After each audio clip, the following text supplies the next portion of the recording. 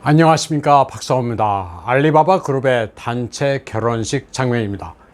마윈은 대중 앞에 서서 강의하는 것을 유독 좋아합니다. 마윈은 직원들의 단체 결혼식 때마다 등장해 결혼 증명을 해주고 덕담을 늘어놓습니다.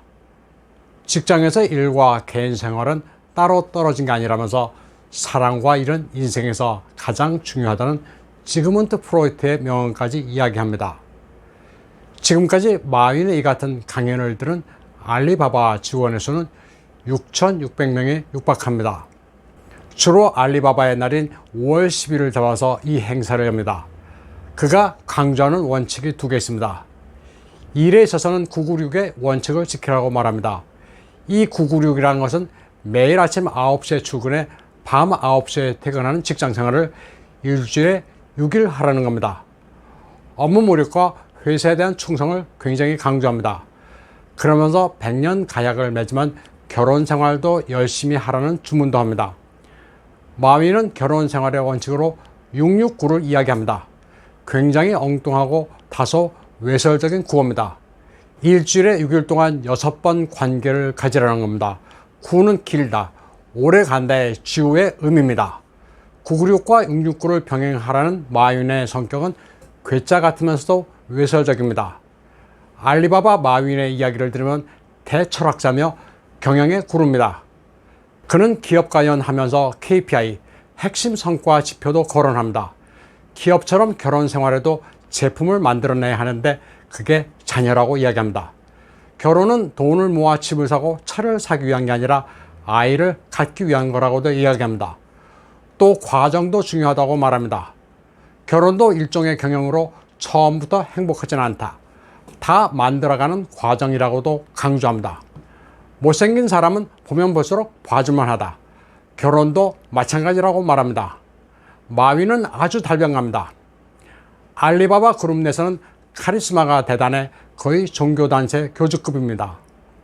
IT 기업들이 대부분 장점인 상하이빵의 돈줄인데다 마윈의 이런 튀는 캐릭터가 시진핑으로서는 크게 거슬릴만 합니다.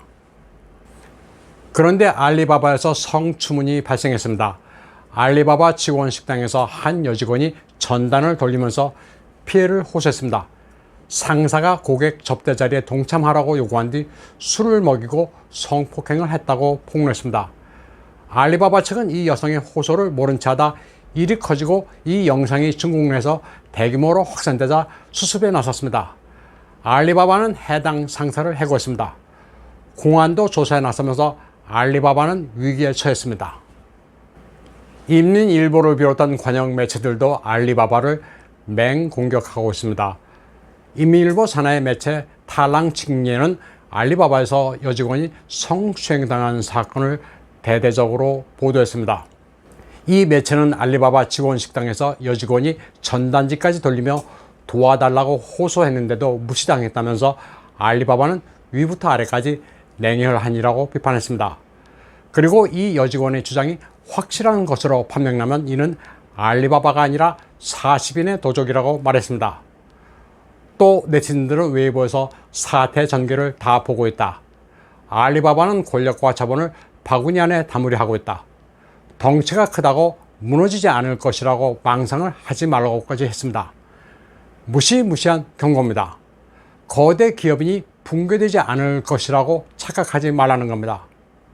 그러면서 이징워, 완우성이라는 수고도 언급했습니다. 큰 고래가 죽어서 심해로 가라앉으면 다른 생명체에 양분을 공급하게 된다. 이는 자연의 법칙이라고 경고했습니다. 더구나 한국 재벌처럼 모든 것을 마음대로 조종할 수 있을 거라는 망상을 하지 말라. 여기는 중국이라고 꾸짖었습니다. 중국의 관영 매체는 한국의 재벌이 무소불위인 것으로 생각하는 모양입니다. 사태가 걷잡을 수 없이 확산되자 알리바바 CEO 짱용은 8월 9일 새벽 사내 인터넷에 여직원 성추행 사건을 조사하는 대로 그 결과를 공표하겠다고 밝혔습니다. 우선 남성 상사가 술에 만취해 지나친 신체적 접촉을 했다면서 그를 해고했다고 말했습니다. 그리고 성폭행까지 했는지는 경찰 조사 결과를 지켜보겠다고 했습니다. 그리고 일단 인사조치로 알리바바 산하 통청소매사업부문총재 리용호와 인사 담당 쉬쿤을 사직 처리했으며 수석 인력자원관 통원홍을 경고 조치했다고 밝혔습니다. 그러나 네티즌들의 분노는 사그라들지 않고 있습니다. 조치가 너무 늦은 데다 처벌이 너무 경미하다는 반응입니다. 그러면서 과도 친밀 행위가 도대체 뭐냐, 글로 장난을 치고 있다는 반응도 보였습니다. 환구 15의 후시진도 알리바바 공격에 가세했습니다. 선두를 달리는 IT 기업인 만큼 도덕적인 책임도 다해야 한다면서 물 만난 듯 거세게 비난했습니다. 거대한 민영 기업을 두들기는 시진핑 정권의 의도도 사악하지만 알리바바의 기업 문화도 빌미를 충분히 제공했습니다. 알리바바의 성추문은 3년 전에도 불거져 나온 적이 있습니다. 포빙 원화는 서먹서먹함을 깨는 문화입니다. 영어로는 아이스 브레이킹입니다. 알리바바 CEO 마윈은 서두에 언급한 것처럼 669, 일주일에 6번, 그것도 길게라는 외설적인 강연도 서슴지 않습니다.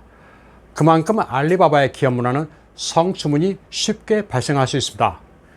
알리바바에서는 여직원이 입사할 때부터 서먹서먹함을 없애준다면서 마치 결혼식 당일 신랑 신부에게 친구들이 요구하는 짓궂은 행위들을 그대로 따라합니다. 회사에 입사해서는 술을 과하게 마시게 하는 것은 물론이고 가무에도 동참해야 하는 문화가 팽배합니다. 상사의 어깨를 주물러 주거나 의사에 반해 출장에 동행하는 것도 다반사였습니다. 이번에 알리바바가 성추문에 걸려들자 중국 공산당은 단단히 벼르고 있습니다. 알리바바가 잘못한 것은 분명한데 이를 타도하기 위해 민심을 선동하기도 아주 좋게 됐습니다. 중화권에서는 이를 와구랴오 황도라고 표현합니다. 삼국지 연에서 명의화타가 관원장의 뼈를 긁어내 독을 제거했다는 와구랴오두에다 조속한 문화를 뜻하는 황자를 더한 겁니다. 다음 소식입니다. 8월 7일 베이징 야생동물원에서는 엽기적인 장면이 연출됐습니다. 관람객들끼리 사소한 시비가 붙어 패싸움을 했습니다. 아이를 업은 여성이 바닥에 쓰러진 여성을 발로 차고 머리채를 잡아 끌기도 합니다.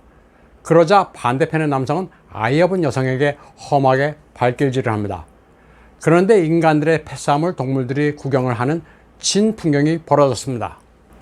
이런 추태가 벌어지자 베이징 야생동물원 측은 여름에 날도 더운데 관람객들이 심기를 잘 다스리는 게 안전에 가장 중요하다고 말했습니다. 또 이번 패싸움은 다른 관람객뿐 아니라 동물들도 지켜봤다고 말했습니다. 그리고 동물들에게 이 장면이 뇌리에 박혀 모방하지는 않을까 걱정된다고 밝혔습니다. 동물원 사육사들이 기껏 동물들에게 서로 싸우지 말 것을 가르쳐하는데 이게 깨질까 우려된다는 겁니다. 중화권 네티즌들은 중공 사람들이 스스로의 얼굴에 먹칠해 세계에 알렸다는 반응을 보였습니다.